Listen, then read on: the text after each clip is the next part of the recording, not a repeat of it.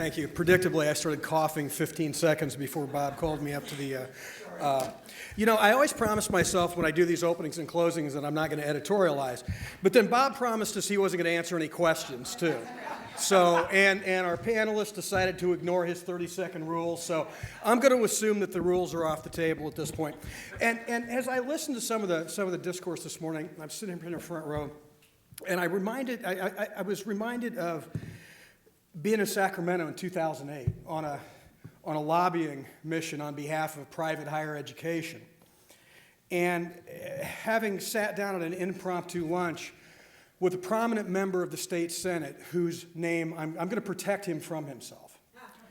And it was 2008, and the economy had tanked, and there was a lot of talk about how the economy is going to recover, and green jobs, and all these kinds of things. This was 7 years ago.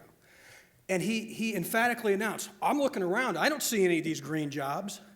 And I thought, oh my God, this is the kind of myopic, regressive, looking at the past thinking that's coming out of our government leaders in Sacramento. We might as well pack it in right now.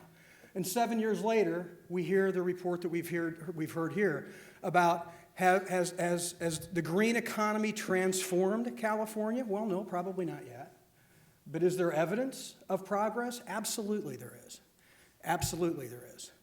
I wasn't born and raised in California. I was born in Ohio, and I was raised on a farm in northern Indiana. And I'm going to get on a plane, and I'm going to go to Indianapolis on Saturday morning. And I love Indianapolis. I think it's a wonderful city. But after I get outside of Indianapolis, I don't want to live there.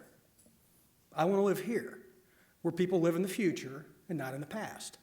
I want to live here where people dream big dreams and think about not what we can't do, but what we can do. That's what I want to do. And that's what I heard this morning from the panel.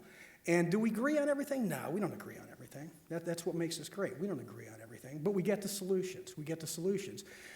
And California is not only a leader in the United States, but a place that the entire world looks at to see what's happening and what the future looks like. I'd like to thank the panel. Thank you so much. Very, very informative and congenial. Thank you for that.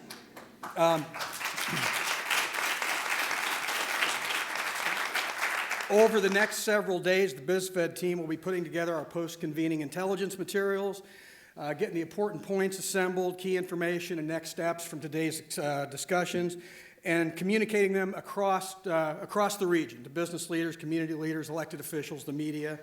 So the solutions discussed here today can become part of the civic engagement to address and challenge the challenge of creating both affordable housing and economic opportunity. One housekeeping note, if all of you who are panelists and speakers today could hang around for the obligatory post-mortem mug shots, we would appreciate that. I'd like to thank, I don't think any of my friends from Woodbury University are in the room. I'd like to thank Woodbury University. I am, in fact, at the end of this month, ending a 16-year career at Woodbury University and moving on to some new things in my life. And I'm proud to have started this association at Woodbury with these symposiums here, and I hope the collaboration with Woodbury University survives my departure, because I think it's good for the university and it's a wonderful place to have these meetings. So thank you very much. Some photos, and we'll see you next time.